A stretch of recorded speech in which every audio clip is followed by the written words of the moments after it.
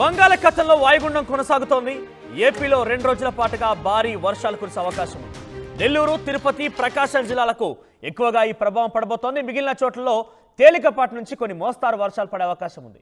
ట్రింకోమాల్కు 450 కిలోమీటర్లు, నాగపట్నంకు 740 కిలోమీటర్ల దూరంలో ఈ కేంద్రీకృతమైంది వాయుగుండం. చెన్నైకి 940 కిలోమీటర్లో కూడా ఈ యొక్క వాయుగుండం కేంద్రీకృతమైంది.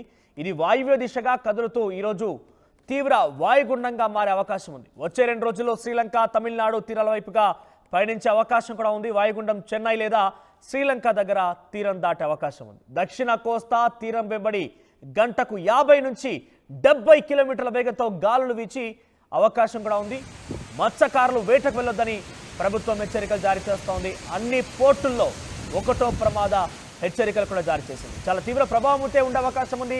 దక్షిణ కోస్తాలో, ఆంధ్రప్రదేశ్లో భారీ నుంచి అతి భారీ వర్షాలు పడే అవకాశం కనబడుతోంది. సుమారుగా 50 నుంచి 70 కిలోమీటర్ల వేగంతో గాలులు వేయడం అంటే చిన్న విషయమేం కాదు. సో డెఫినెట్గా మత్స్యకారులు కానివ్వండి, సామాన్య ప్రజానికం కూడా కొంత అలర్ట్గా ఉండాల్సిన అవసరం అయితే ఉంది. ఆర్టీవీతో వాతావరణ శాఖ అధికారులు మాట్లాడారు. వారు ఏం మాట్లాడి ఎటువంటి సూచనలు చేశారు, ఎటువంటి హెచ్చరికలు జారీ చేశారో చూద్దాం. ఈ వాయుగుండం ఎక్కడ కేంద్రీకృతమైందో చెప్పడానికి మనతో పాటు విశాఖ వాతావరణ శాఖ అధికారి జగన్నాథ్ కుమార్ ఉన్నారు. సార్ చెప్పండి, ప్రస్తుతం ఎక్కడ కేంద్రీకృతమైంది ఈ వాయుగుండం?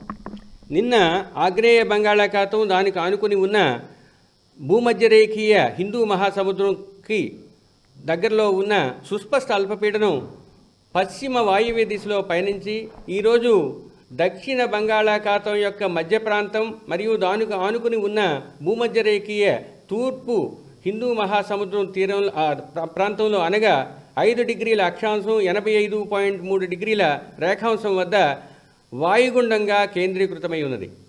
ఇది రాగల 24 గంటల్లో వాయువ్య దిశలో పయనించి తీవ్ర వాయుగుండంగా పరిణామం చెందే అవకాశం ఉంది. తదుపరి 2 రోజుల్లో ఈ తీవ్ర వాయుగుండం శ్రీలంక మరియు తమిళనాడు తీరాలకు దగ్గరలో పొంచి ఉండే అవకాశం ఉంది.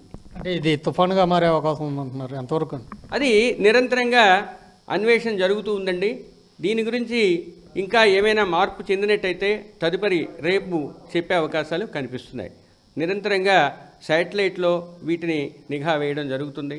దీన్ని పరిశీలించిన తర్వాత మోడల్ గైడెన్స్ని అనుసరించి మేము మిగతా ఏమైనా అది తీవ్రతరం చెందే అవకాశం ఉంటే చెబుతాం. ఆంధ్రప్రదేశ్లో ఎక్కడెక్కడ వర్షాలు కురిసే అవకాశం ఉందండి? ఎప్పటి వరకు కురిసే అవకాశం?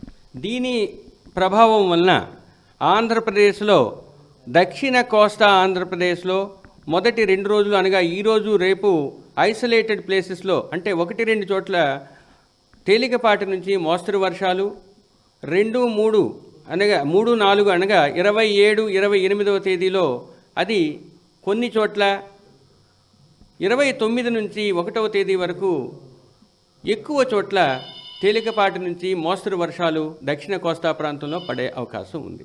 ఉత్తర కోస్తా ప్రాంతంలో మొదటి 2 రోజులు వాతావరణం డ్రైగా లేదా పొడిగా ఉండే అవకాశం ఉంది. 3వ రోజు ఐసోలేటెడ్గా ఉండే అవకాశం ఉంది. 4వ రోజు కొన్ని చోట్ల పడే అవకాశం ఉంది.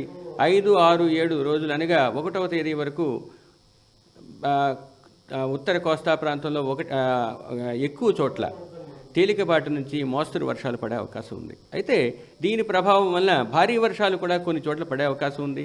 ముఖ్యంగా 26వ తేదీన నెల్లూరు, తిరుపతి జిల్లాల్లో 1-2 చోట్ల భారీ వర్షపాతం, 27, 28వ తేదీల్లో నెల్లూరు, తిరుపతితో పాటు ప్రకాశం జిల్లాలోను, 29వ తేదీన నెల్లూరు, తిరుపతి, ప్రకాశంతో పాటు ఉత్తర కోస్తా జిల్లాలైన శ్రీకాకుళం, విజయనగరం, విశాఖపట్నం, అనకాపల్లి జిల్లాల్లోని 1-2 చోట్ల భారీ వర్షపాతం నమోదయ్యే అవకాశం కనిపిస్తుంది.